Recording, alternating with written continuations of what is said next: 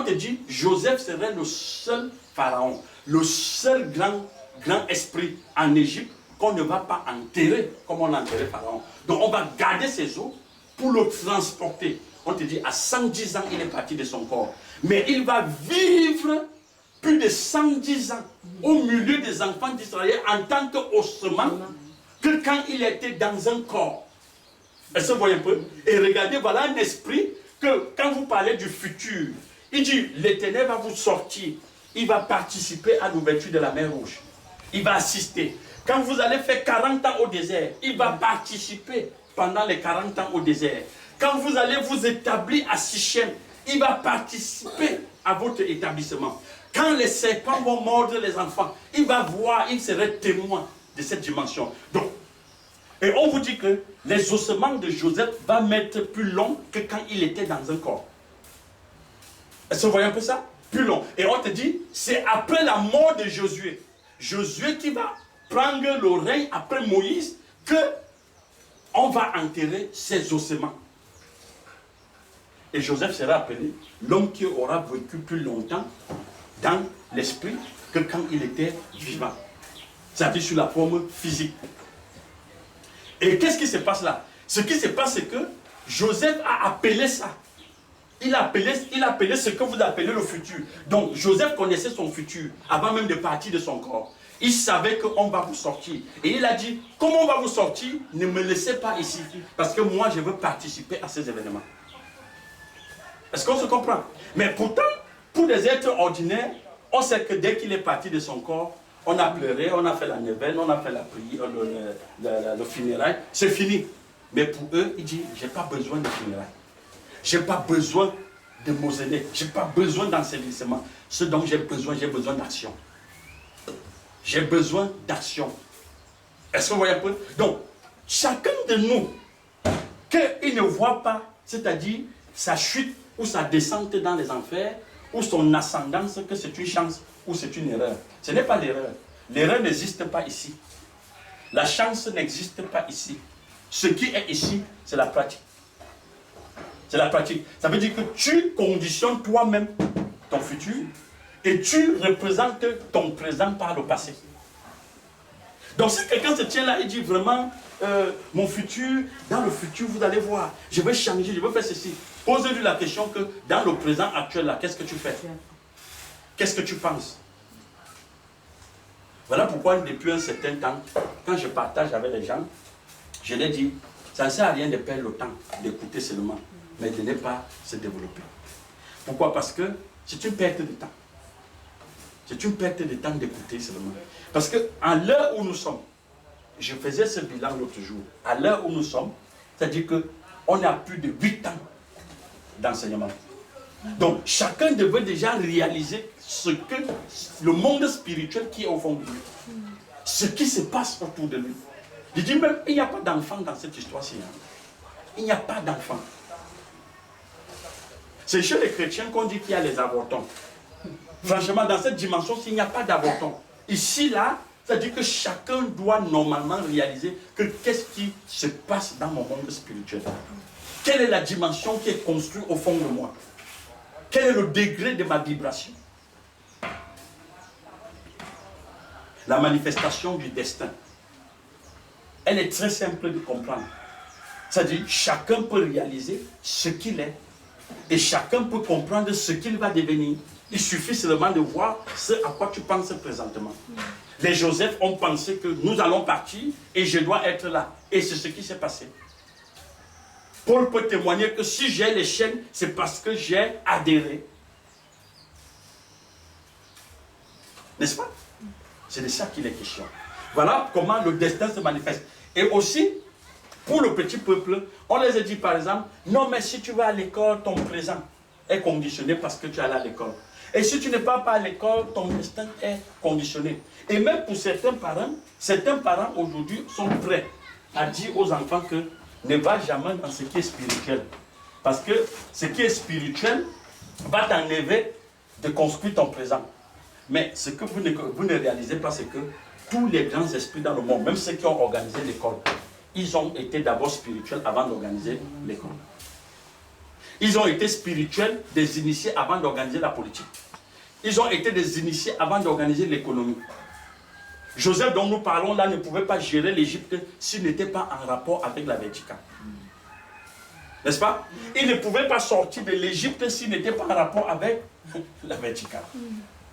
Mais tous ceux qui étaient dans la dimension horizontale, même Pharaon qui était une conscience avancée dans l'horizontale, est resté en Égypte.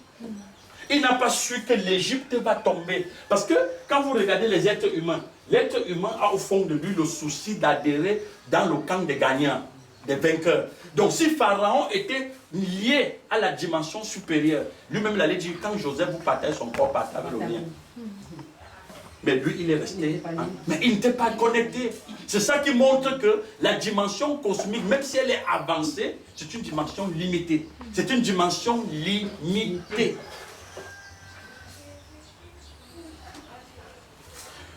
Nous ne sommes pas entrés dans l'univers pour juste seulement être des êtres ordinaires.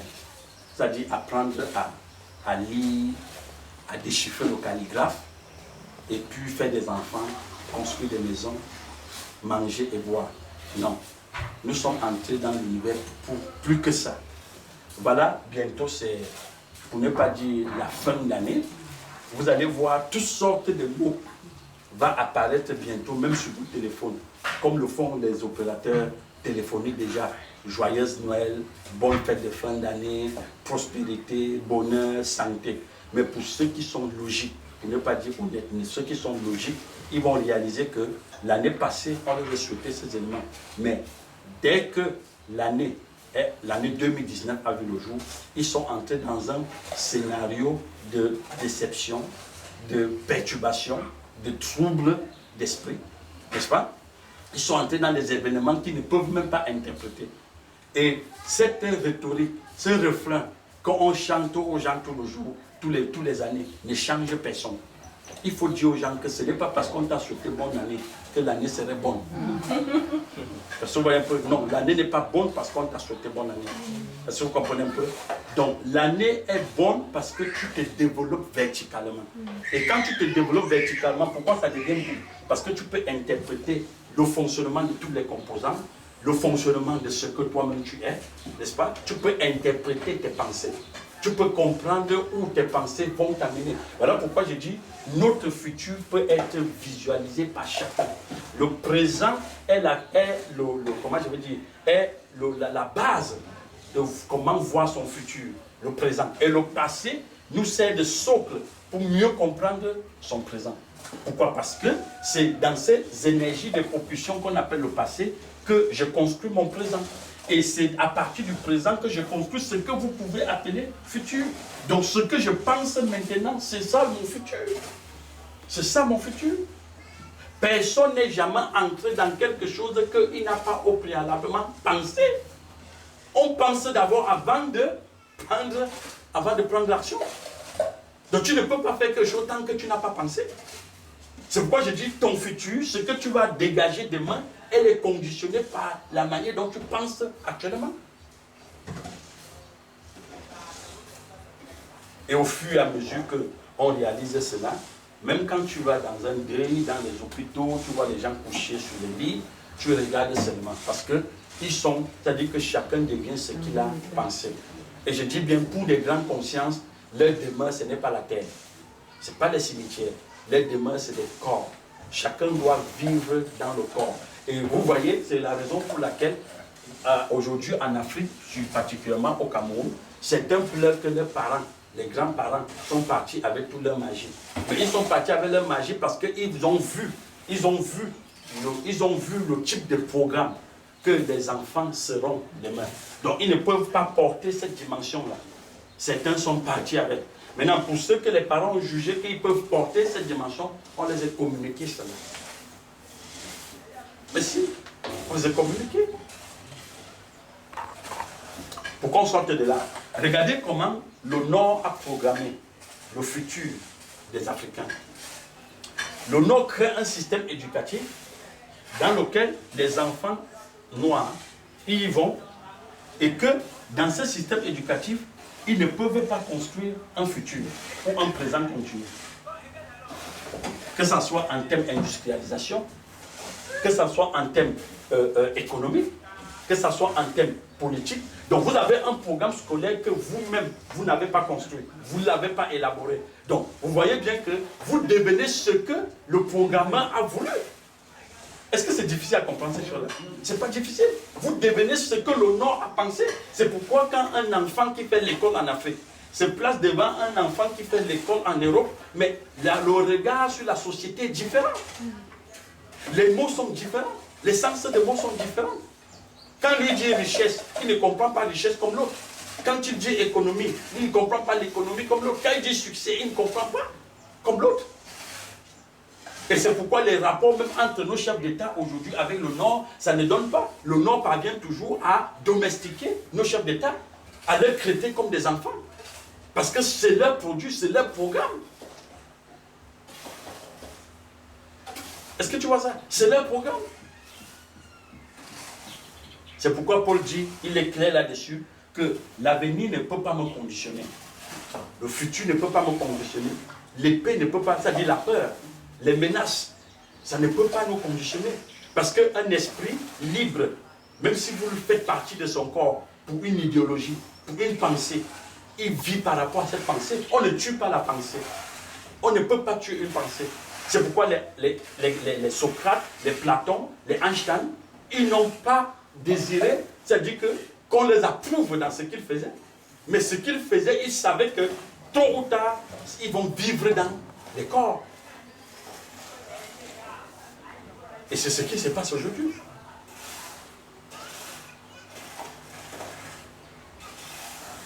Donc nous devions réaliser que nos destins dépendent de toi. Ton destin dépend de comment tu penses. Le destin n'est pas miraculeux. Il n'y a pas de magie là-dedans. Il n'y a pas de magie. C'est-à-dire que ça dépend de comment tu penses.